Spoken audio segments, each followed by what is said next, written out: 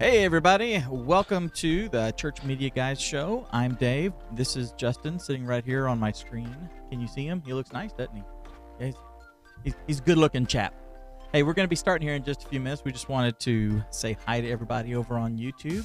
Tell you guys that if you have any questions or anything, then use #question. Okay, I'm going to put it right there in the thing. It's pound and then all caps question. QUESTION. Okay, I can spell it. We're going to be taking questions if you guys label them as such. Otherwise, we can't filter out, what's just, a simple comment or something like that. But if you guys have questions, do that. We would appreciate it. We're going to start the Facebook live stream here in just a second. But I just want to welcome everybody. Justin, say hi. Yeah, we can't hear you, buddy. I'm muted. There we go. Are. Now I'm unmuted. Yeah. What's going on, guys? Happy Friday. Dave, can I send the email out? Yes, please send the email out. All right, so I'm sending the email out. If you don't know what we talk about, because we open a lot of shows this way, and I explained it a little bit on the Justin Nava show.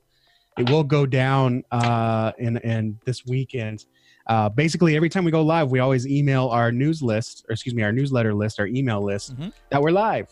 And this is something that you can totally do with your church. Yeah. Whenever your church service goes live, shoot an email to your email list and say, hey, we're live now. That's pretty simple, right?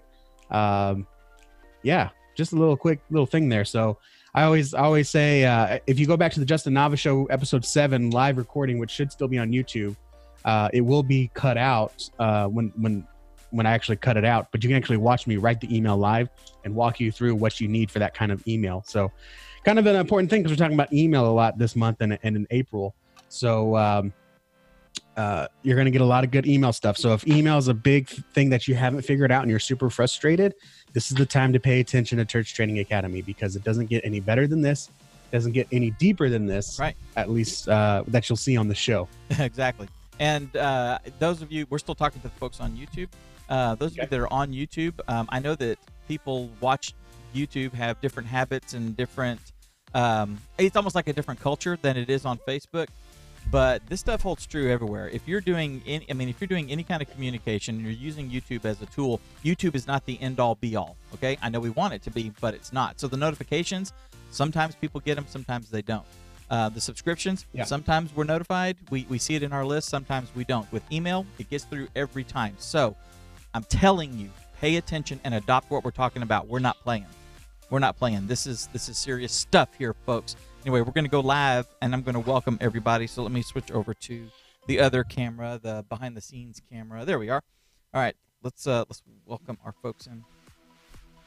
Hey guys, welcome to the Church Media Guys show. This is our live stream of our podcast, our show, Church Media Guys. I'm Dave. This is Justin sitting right over here on the screen.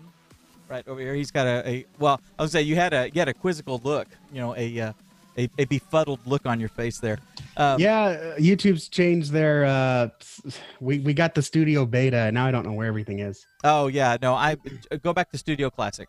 Yeah, and that's whether you're on YouTube or whether you're on Facebook, if you're using the Studio Beta, which will eventually be going mainstream, it is really cool. It's got a lot of great stats and stuff, but there's still some pieces that just either aren't readily available. You just live streaming, hit it. They're still working on all that sort of stuff. So if you have to jump back and forth, just get used to it. It's been like that for 6 months for me.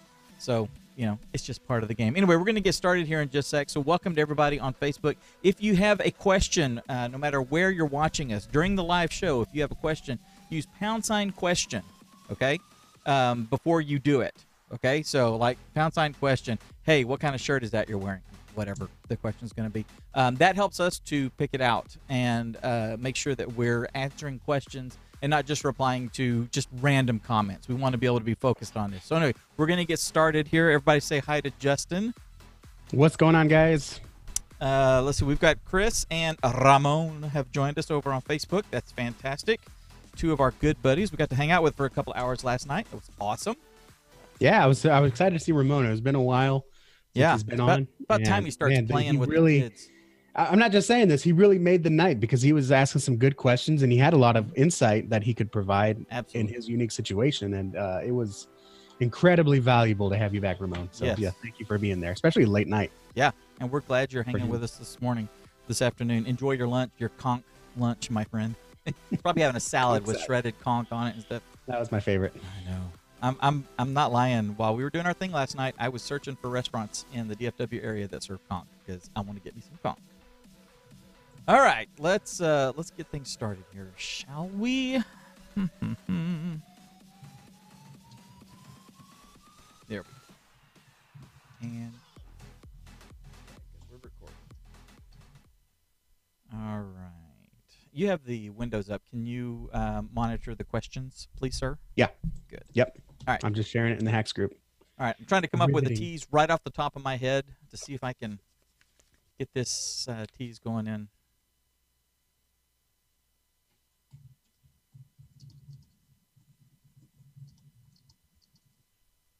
You ever feel like you're getting inbox overload? Like every time you go to your inbox, there's either somebody wanting to know when you're going to make a payment, or there's like 50,000 newsletters in there from Bill and Ted and everybody else from one side of the internet to the other. And you just are tired of going through and looking at these things because it's usually all the same old boring stuff. Well, today we're going to show you how you can make your newsletter much more appealing and much more useful and have people actually clamoring to get to the next one. And it all starts now. How was that? Yeah, it was good. Good. Okay, thanks. It better be good because I'm not going back.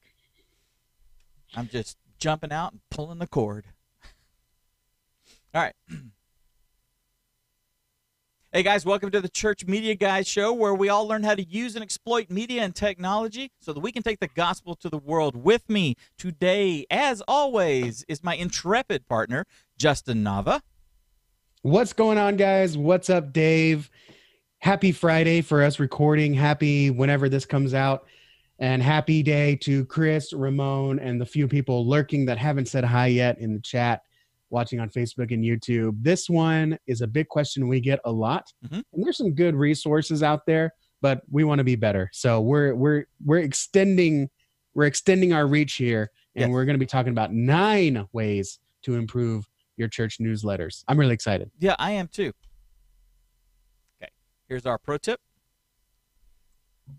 Hey guys, our pro tip today is really simple. I'm just going to tell you about it, and then I'm actually going to do a video where I actually walk you through it. Justin, one of the things that I see a lot is in our hacks group, and just kind of at large, is what are people using to create their graphics? You know, I'm a Photoshop guy. I have been for 24 years now. I love it. I know you love it. We've got a lot of people. It's kind of the standard when it comes to image creation and being able to pour your creativity into this thing and have it amped up like crazy. But some people, some churches, some organizations, some volunteers can't justify yet, say the $40 or $50 a month or $10, just depending on what level you get, monthly price for it.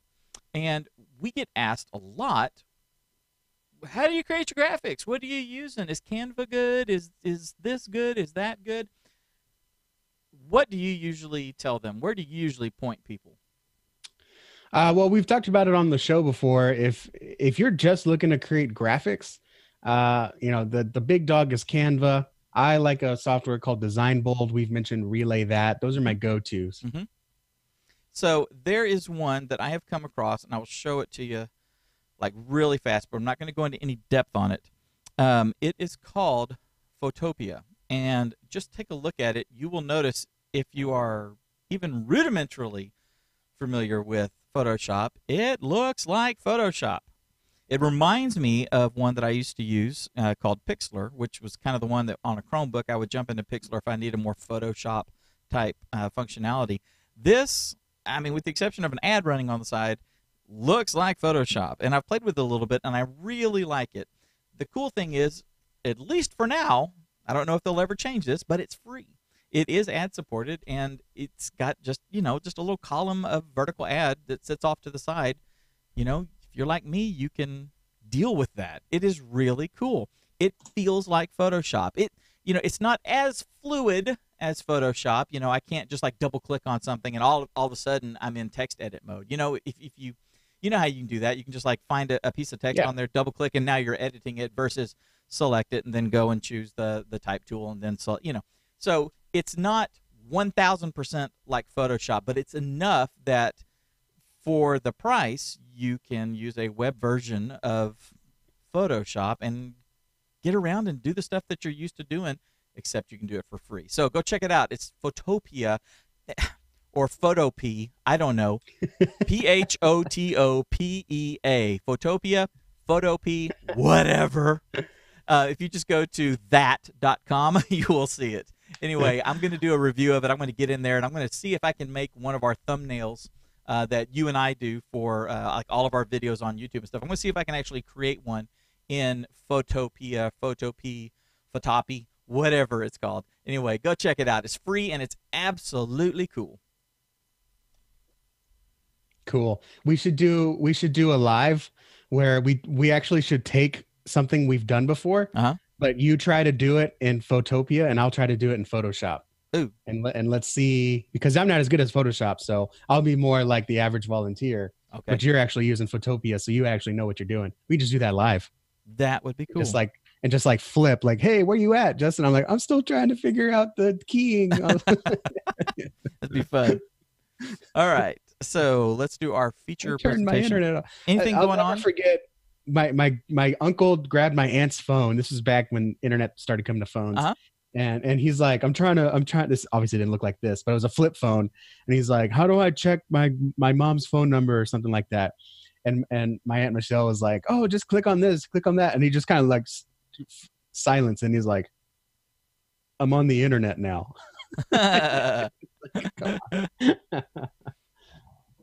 Welcome to the wonderful world of technology. I think it's cool. I know that like 4 years ago, one of my buddies that works at YouTube was actually at our studio, and he and I were hanging out in my office just going over things, talking about stuff. And he said, hey, you want to see something cool? And I said, sure. And he pulled out his Google Pixel, the laptop, right? You know, like the 15-inch, Chromebook, right? And he said, I got this from my contacts over at Adobe. And he opened up a tab and typed in a URL, and Photoshop was running. Oh, wow. On his thing, like Photoshop. He said, this is something they're working on, and I'm getting to, like, test it and stuff. And I still haven't seen that, but that's what it feels like when you're using Photopea or whatever it's called. If you can actually have, like, one of these days, like, the full Monty of Photoshop, dude, it's going to be awesome. Yeah, yeah. Well, I mean, they already have the Google Stadia. Yeah. For video games. I mean, it's not any different. You're just running Photoshop on a server somewhere and you're streaming it to your computer. Yeah. All they need is the server infrastructure. Yep. Is my understanding. Yep. That's right. So Google's paving the way, hopefully. Yep. It'll be cool. We'll see what happens. Anyway, let's do our feature presentation. I'm going to let you kick it off. I'm going to cut to you. Anybody have any questions or anything before we get started? Remember, use # question if you have a question. Let's see. Chris says, hey, I remember having one of the first smartphones before they weren't called that. Yeah. Yeah. Just phones with the internet. Do you remember when the first Android phone came out? It was.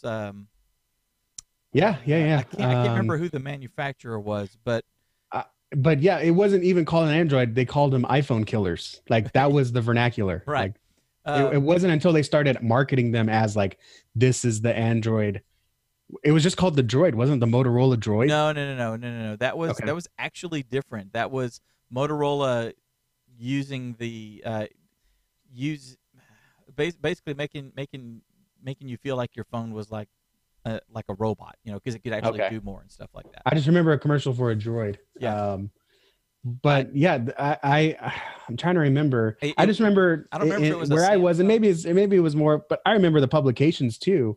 Here's the iPhone killer. Here's the next iPhone killer, right. And those were the phones I got. Yeah, it was a. I don't remember if it was Samsung or what, but I believe that it was kind of like that one that I think T-Mobile had, where the screen kind of slipped up. Oh, okay. Like the Sidekick. Yeah, kind of like the Sidekick, but it was it was Android version 1. It didn't have hardly any multitasking. I remember a friend of mine at a magazine was using it, and I thought, well, this is cool. And she said, yeah, it's kind of slow though. I think I'm going to go back to my iPhone. And I think her iPhone was like the iPhone 3 or 3S or whatever it was at that time. But yeah, it's come a long way.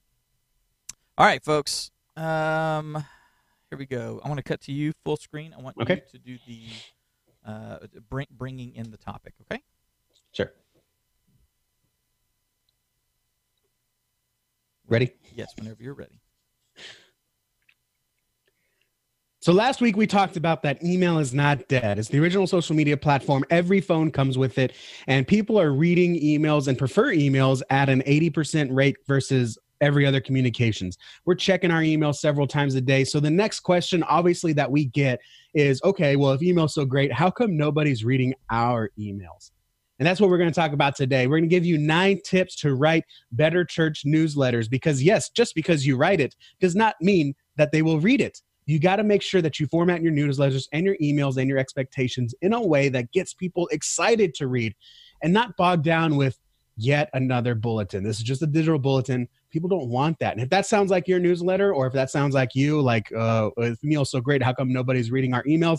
This episode is for you. Get out a pen and paper, get out your notes app, get a sticky paper app. What do you call those stickies? The little app on the computer. I have them all the time. Get those out and start writing notes because this episode is for you. A sticky pad? Sticky pad. Yeah. There's app. They're called different things on Windows. Sticky notes. But anyways, get something to write on because this is for you, and we are going to be moving pretty fast. Dave. Yes. Does your church write emails, newsletters? Yeah, we do a weekly newsletter that goes out around lunchtime or so on Wednesdays, and with us, it's basically a list of the announcements that I am turning around and doing the announcement video for on Sunday morning.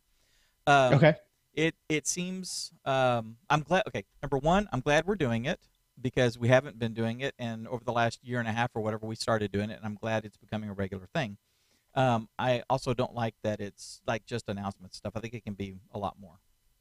Okay, cool. So that's what we're talking about. So kind of, Dave, in your mind or on your sticky pad, kind of check how many of these you're checking off because we're talking about 9 tips to write better church newsletters. And if you implement each one of these, I'm telling you, people are actually going to read your email newsletters and they're actually going to pay attention and people are going to write them. So Dave's got his memo pad up. We're going to go through them one at a time. So here we go. Number 1. Yes. This is a big one. And this is going to be hard because it is a little bit of a mind shift, but this will make them much more valuable. Number 1, only send an email newsletter when you have something new to say. This is very tempting, especially when you get in those slow seasons after Easter, possibly in the summer when there's nothing going on, but you think, I just got to get something out there. So you resend the email from last week. You might take a few things out. You might put some general announcements that are good for any time, but you're not really saying anything new. This is a great way to tell people this is not important. Right. This is a habit. This is something that we have to do, and it's really not that important. Right. Stop that. Okay, if you only send something when you have something new to say, then that means that every email that comes in is something important, right? There's something new that I can expect. It's not the same thing. Okay, so you may have to, guys, consider not having a weekly newsletter.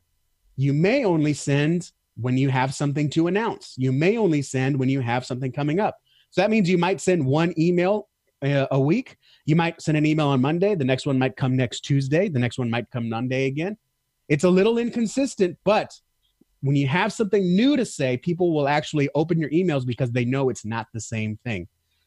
Also, a little bonus for that, you should write something new. Don't just copy what you put in the bulletin because anyone that got the bulletin, they're not going to open your email. They've already seen it. Mm-hmm. I would also not just straight up copy what's going on in your video announcements because if they watch the announcements, they're not going to read your email. Write something new. Do not copy it from somewhere else. We do the same thing on social media, and we tell you not to do that. Don't take your tweet and put it on Facebook with 1 million hashtags. Don't take your IG post and put it on Twitter. Don't just copy your bulletin and put it in your email. Write something new with every email you have. Now, this may shift a little bit from a newsletter to more of using email as a platform to communicate, and I think that's a good thing. Number 2, please only use text, okay? The very tempting thing to do is to get an email platform, a newsletter, a template, if you will, and put that into your emails and hit send. That 100% looks like junk mail. You ever reach into your mailbox and you pull out a bunch of letters and stuff? You don't even have to look at the letters. You're just kind of walking and you're picking out what you're going to throw away once you get inside because you know what junk mail looks like. And if you send a newsletter that honestly looks like a newsletter, people know what that looks like and they're going to toss it aside. They're going to say, I know what this is. I've seen this before. So if you write it more like a letter with actual, paragraphs, hey, we got this going on. Your kid's going to like it. You're invited to come to this, write it out, me, you, I, we, us, instead of, hey guys, y'all are invited to this. Y'all can do this, or maybe you all or you guys. It's very informal. We're going to talk about that a little bit more. I'm getting ahead of myself. So just use text in your email. Try not to go too fancy with the graphics and images. So one thing you can't, well, if you are using text and not using images, then you increase the opportunity for it to come in as an email and not get caught by a spam filter or even be shot into, like, say, the promotion folder or something like that, right? Yes. And the stuff in here is mainly focused on like how to write emails that people actually want to read, but that is a good side benefit, because even if all these newsletter formats and themes and templates and stuff we're going to tell you today, even if those did get past the spam filter and the promotions folder, it's still not a good idea. But yes, that is a nice little side effect. And again, we want you guys to practice what we preach.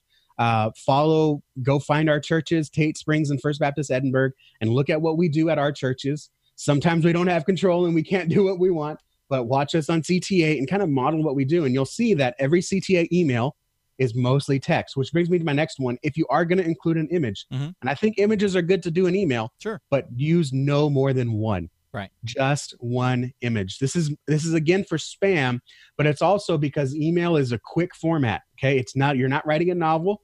You're not doing a whole lot, but if you want to include an image, maybe a picture of the kids from last year's youth camp, a picture of the speaker at the women's conference, maybe a picture of you guys. I mean, I would even do a picture of like the guys shopping at Costco, getting ready for the men's camping trip. I mean, you can really treat email like a social media post. That's okay.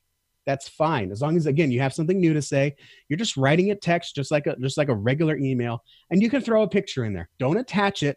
That's going to get you right in spam. But just put a regular, picture in there in line, what we call in line with the text, kind of like a Word document. So that's the first three. I'm going to check here for questions. Chris said, I got my church to go from a once weekly bulletin to a monthly bulletin for physical.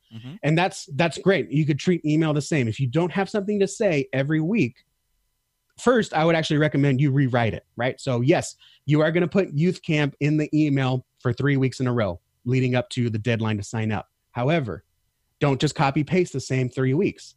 First week, do the announcement. Hey guys, we got youth camp coming up. Here's why you should go. And click on here to go to the sign up registration page. Week 2. Hey guys, I want to introduce you to Dylan. Dylan went to camp last year and he surrendered his life to the ministry. Dylan's now looking at colleges that teach ministry, all because of his experience at camp. And we want all of our students to experience God the way Dylan did. That's email 2. Then email 3. Here's some of the security precautions. We have our chaperones are background checked. Our bus driver is, what's the, for some reason, CCLI is the only thing that comes up. But our bus driver is whatever the certification is to actually drive a bus or a van, a large van. CLI. There's some letters in there. We're gonna have parents up, chaperones up later than the kids to make sure all the kids are in bed. Commercial driver's license. There you go. Chauffeur's license, right? Yeah, there you go. That's the one. Yeah. So, and then maybe you talk about, answer some questions too. We had a couple questions. You might have them as well. And that's email 3. So you're sending that weekly email. You're putting the content in for the youth event, youth sign up, but you're changing up. You're writing something new. So that was a little bit of a rabbit trail. No, but in doing important. that, if you have more detail that you need to go into, then go to your website and write a blog post and then link to it, right? So that they can get, to the sign-up form. They can get to, the details where all these things are listed out, the check boxes or, what to pack and all that other kind of stuff, right? Right. Yeah. Yeah. So you don't have to write a novel, but you can change it up a little bit and use that same call to action. So the other thing that takes me to my next point, and let me try to slow down because I think we do have time. I can slow down a little bit more. You want to focus on one thing. Now, this is, again, another mind shift change.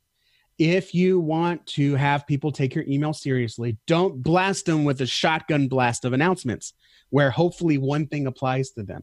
No one's going to sift through 800 words of women, seniors, babies, kids, and community service opportunities just to find the one thing that the lock-in that their kid can go to. People don't treat church like that. You might, because you're a volunteer and you want to know what's going on. Most of your lay people are not going to treat emails like that. So you need to focus on one thing. Send one thing. Send just about the youth camp. Send just about the women's Bible study. Send just about the food drive that's coming up. This is something that my church does really well. We don't have a newsletter. We just send important information when it comes up. And that takes me to my next point. Point number 5 is when you do this, you want to make sure you segment who you're sending your emails to. This means that you only send it to the people that it properly applies to. If you have a children's announcement, only send it to parents. Don't get it sent to your seniors. Don't get it sent to your singles. Don't get it sent to anyone else it doesn't apply to. Just send it to parents, okay? Because the 5th grader is not going to get that communication or drive himself to the VBS, right? His parents are.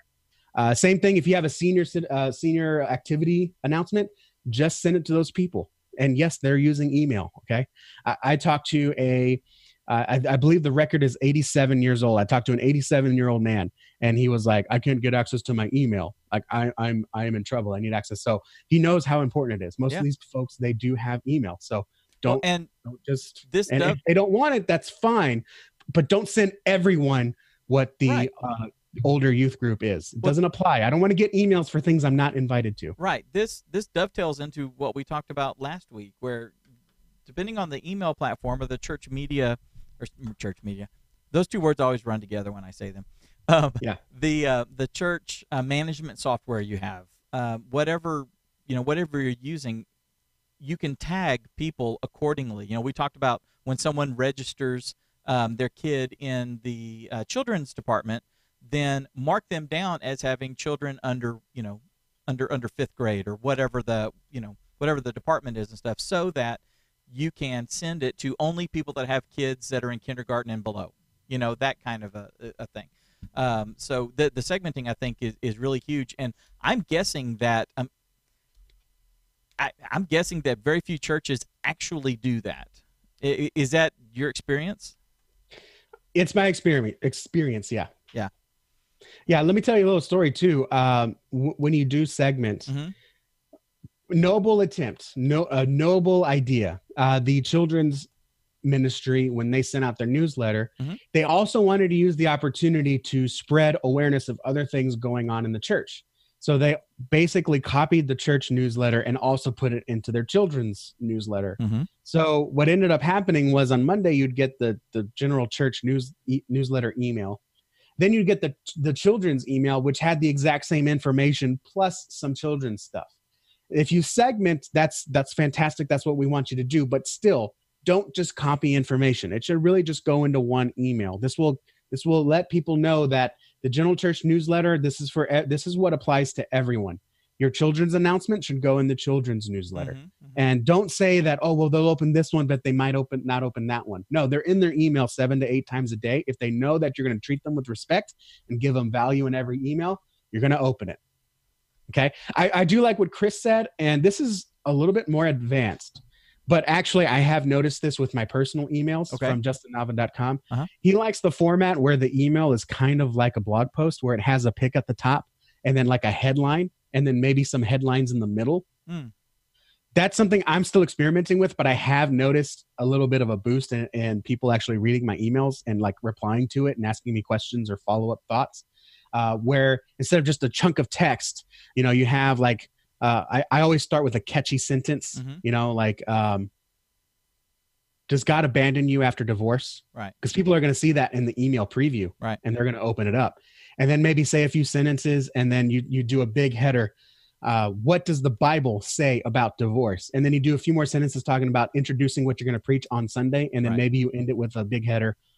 If this really strikes you in the heart, if this really upsets you, if this really evokes some kind of emotion inside of you, we want to see you here on Sunday, right? Yeah. That's the email. And so those headers kind of get people to scan, and then they decide, I want to read this, right? So that is a little bit of advanced. Thank you, Chris, for sharing that. I have noticed that is actually working for me, but it is more advanced and a little bit outside of the scope here of just fixing what's wrong with newsletters. Right. Another thing you want to do, this is 0.6 out of 9. Yes, because I have them in letters. This is letter F for me. And Dave, you might have a little bit more to say to this. I want you to send more than announcements. Oh, definitely. We talked about, like if you're going to promote the youth trip, right? Don't just send youth trip, money due on April 23rd, right? Trip on June 24th. For questions, see Nelda. Right. You want to share a little bit more. Use your newsletter as a platform to share a little bit more. Just some ideas I wrote down. Sermon follow-ups. I have yet to meet a pastor who never left the stage and thought at one time, done. I wish I could have talked more about this. Right. Or I wish I could have explained this better. Right. Or I really didn't do a good job of use your newsletter to clarify that, to follow up with that. Maybe point back to the sermon recording. You can also send surveys. You can send just encouragements, maybe a revelation from the pastor. You don't have to wait till Sunday. You can do it on a live stream. You can also do it in your email. Right. Because maybe you are better at the written word. I am better at the written word, I think, now at this point in my life than I can be just sitting in front of email and sitting in front of a camera. Right. And so maybe your pastor's that way. Let them write a revelation or an encouragement through email. Also, community events, celebrations. Dave, would you like to see a little bit more of that in your inbox? I would like to see that, and I would like to see more of that kind of thing. And what's cool is that your email and your YouTube channel and your live stream and your public Facebook page and your private group for members, all of that stuff can all work hand in hand. Okay, so you can funnel people into engagement in these different things, and this is another way to do that. You have people that don't use Facebook. We got a lady at our church that I said, here's how to. She was like, can you make me a DVD? I can make you a DVD, or let me see your phone. You can go to the website and go to archive, and here it all is, and you can watch right here. And she started sweating, and I'm like, really? How about an email? Do you check email? Yes. Okay. Okay. So see, she could get an email that has a link that she will take her straight to where she can watch it, right? Or if the pastor does need to do a follow-up, the pastor can say, and this is just this is something that can have some value, but in this case can just be a touch point. When I got home, I realized that I really wanted to go more in depth on this one topic, and I felt like I didn't do you guys any justice in this. I kind of glossed over it, and something that I've been thinking about is this, and he puts a little something like that. In fact, later this afternoon or tomorrow morning, I'm actually going to go live on Facebook for a few minutes and kind of go in depth. I would love for you to join me. Here's the link. Yeah, I really like that. Something like that. That would be fantastic, and that's going to teach people that, hey, something important is happening here in the email. Hey, my pastor is human just like me. That's huge, by the way. That is humongous, because we all think our pastor is some, big, huge, I don't know, this pope, for lack of a better term, that he's just some guy that if he says it is great. No, man, he screws up just like us, and he binges on Netflix just like us and all that. So just something in email going, guys, I really want to go more in depth. I don't feel that I really covered this to the best I wanted to. I'm going to do a live stream. All of that is great, and your email can be done for that. And if you're getting your people to trust your email more, that if it is coming, it is important, it is relevant to them, you're going to drive engagement there, and then you can push that into other realms as well. Close parentheses. Absolutely. Chris asked a question. For smaller churches, we may only have 5 to 10 families for children. So that's like 5 to 10 couples that have kids. So if you have kids announcements, when do you start segmenting emails and announcements? Immediately. For me, it depends on the content and the percentage of people. So if you have 5 to 10 families, but those are like the only people in your church, you don't have to segment, because that applies to everyone. But once you get to the threshold where you have 5 to 10 families and then another 10 to 20 singles or people that don't have kids, go ahead and start segmenting. Wait. When you're also wait. So go ahead. Wait. Start Okay. segmenting now. You need to be Okay. tagging accordingly, because if you are a church plant and it's 5 families, and each of those families has kids in grammar school, and then you've got one old guy. Okay, that's fine. 6 weeks from now, you might have those 5 families, 3 families with kids in junior high, and 7 old people. Okay, so as you're growing, get them in and get them tagged accordingly. Okay, and revisit some of that, because those kids that are in grammar school will be in youth group eventually, and those tags will need to be changed and stuff. But you want to start doing it as early as possible, because when you get really huge, then to go back in and go, okay, let's start with the A's, the Abbotts. Okay, do the Abbotts still have kids in grammar school? No, they're in college. You know what I'm saying? Oh, no, that's a really good point, Dave. I'm glad you brought that up. Yeah, start planning now for where you want to be. Exactly. Even if you're just tagging them. Yeah, absolutely. I like that. I would take it one step further, but I'm not going to get into it right now. No, that's why we have need a course. to wrap up. So, or the insiders group. That's right. Number, whatever we're at, 3 from the bottom. G. Number 7. Number G. I should have made it numbers.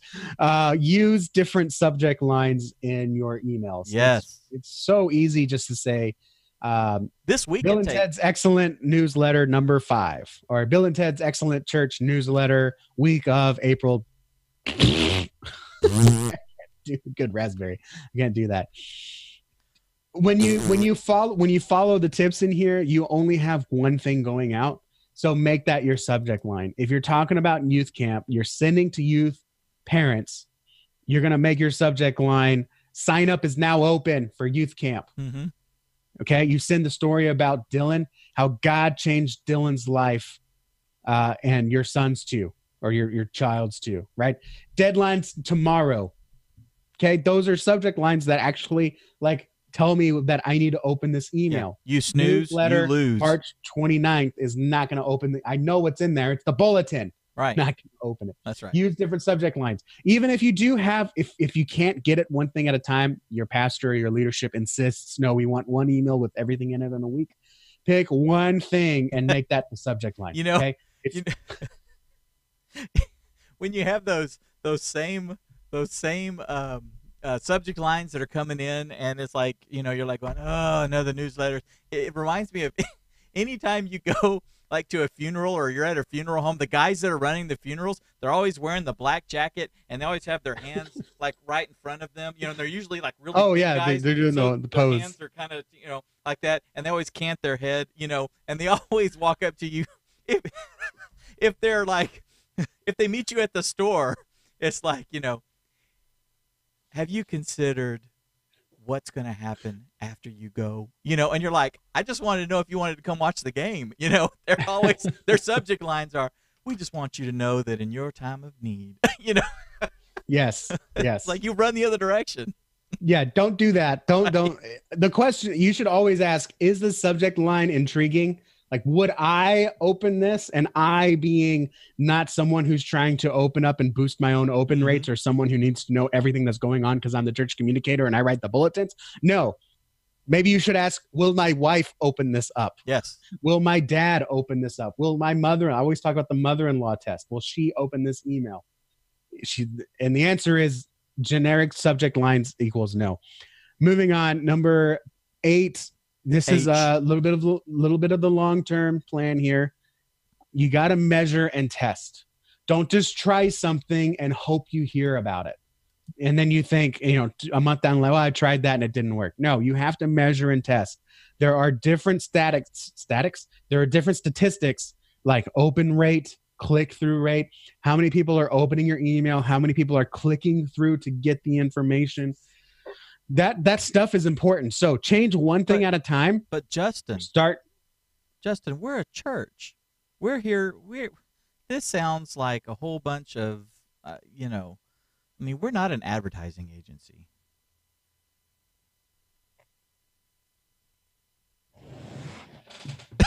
Okay.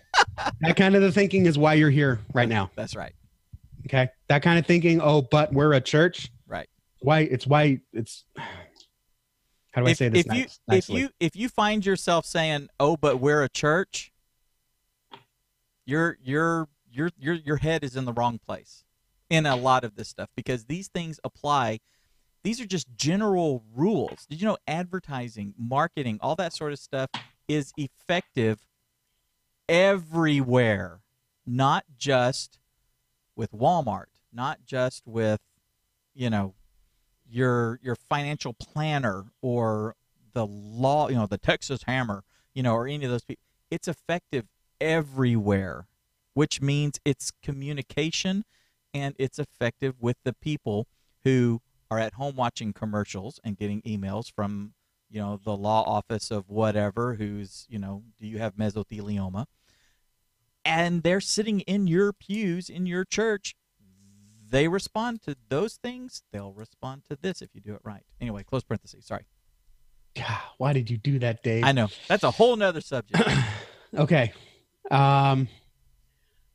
Okay. Measure and test. Measure and test. The test. reason why no one is reading your emails is because you think that you're special. Okay. You are not. You are entitled to nothing. Everything that you have has been given to you by the grace of God. Okay. Including the ability to email people and measure and test whether or not what you're trying to do is working. So use that at your disposal.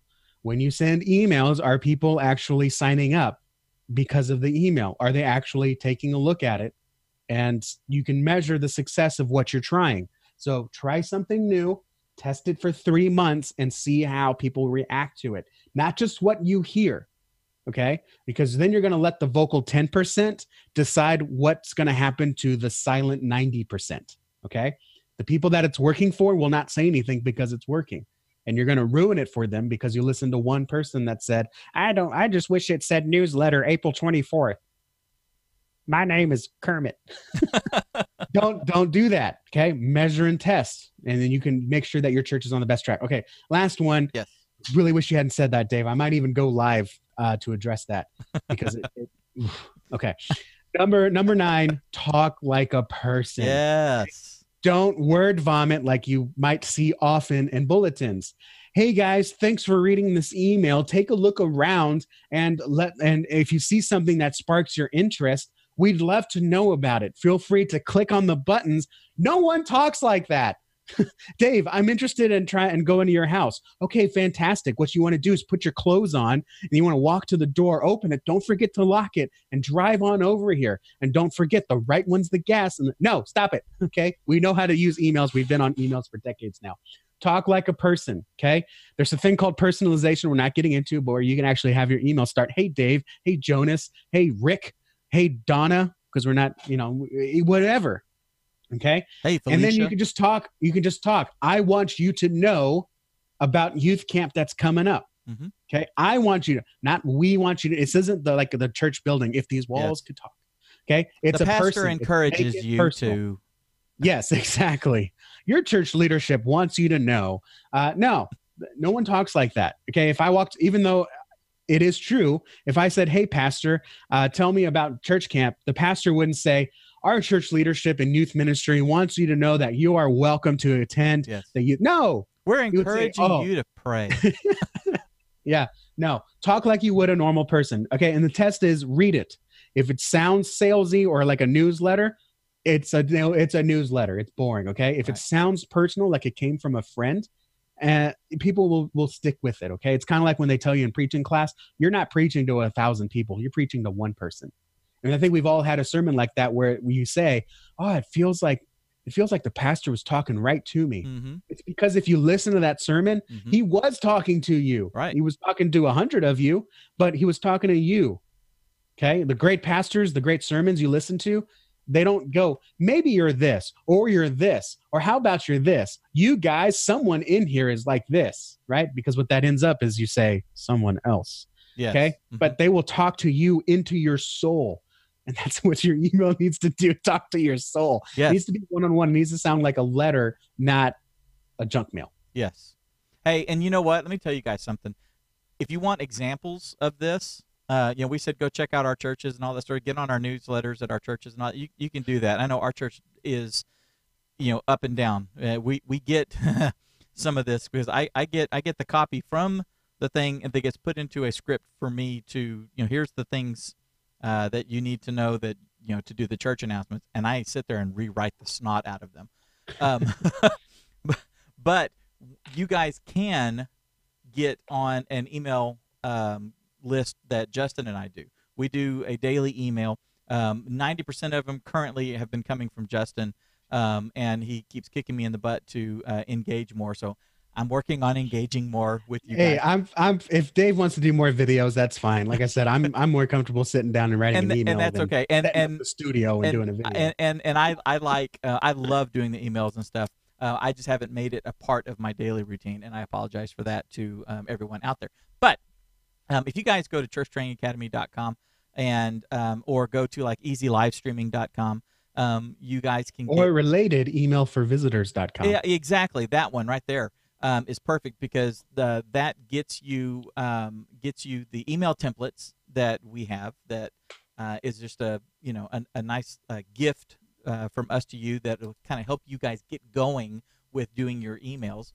But more importantly is that you'll be on our communications list, and we'll be emailing you on a daily basis, and you can take a look at how we are communicating. And we do it very much in this human style because that's what it is. Justin and I sat down and said, look, here's the deal. We can be like all corporate and this is Church Training Academy and we're this entity and here's our logo and all this sort of, or we could be regular people just because we're regular people and we can talk to people like they're our friends and just talk to them. And that's what we do. Yeah. And that's what we want you guys to do. Yeah, I'm getting, even though our goal is daily emails, we don't get it out there all the time. And yes, it is possible to do daily emails, and the open rate is fantastic. Yep. But actually, even more impressive are the people that email me back. Yes. And I can tell some of them don't understand that I'm also talking to thousands of other people. And that's what we want. They feel like I'm talking to them. Yes. In fact, I even had someone email me, was like, I can tell you guys really care, but I'm not in the office right now. Like it was like a mess, like it was a text. Yes. Or a message. I've gotten some of those too, and that's great. We're engaging. We're having we're communing with each other at that point. That's huge. So it's there. Okay, people want it. People expect it. You just got to give them something to actually want to open. Don't just check a box. So go back, watch this again, write down each one, and I want you to try it for 3 months. For the next 3 months of emails you send, only send an email when you have something new to say. Only use text and one picture maximum. Focus on one thing per email. Only send emails to the people they apply to. Mm-hmm. Don't send children's announcements to your seniors or your singles. Send something that's not just an announcement, a sermon follow-up, a survey, an encouragement, a community event, celebration, something, testimony. Use different subject lines. Test it for 3 months. And I want you to talk like a person, like you're actually writing a personal email, and let me know how it goes. Mm-hmm. Okay. I'm going to mark this right here. Hey, what is the URL for the thing? Email template thing? Emailforvisitors.com. Emailforvisitors.com. Okay, I'm going to do the close real quick. I'm going to go. Can you close it by yourself? Yep. Okay. See you guys. Thanks for watching.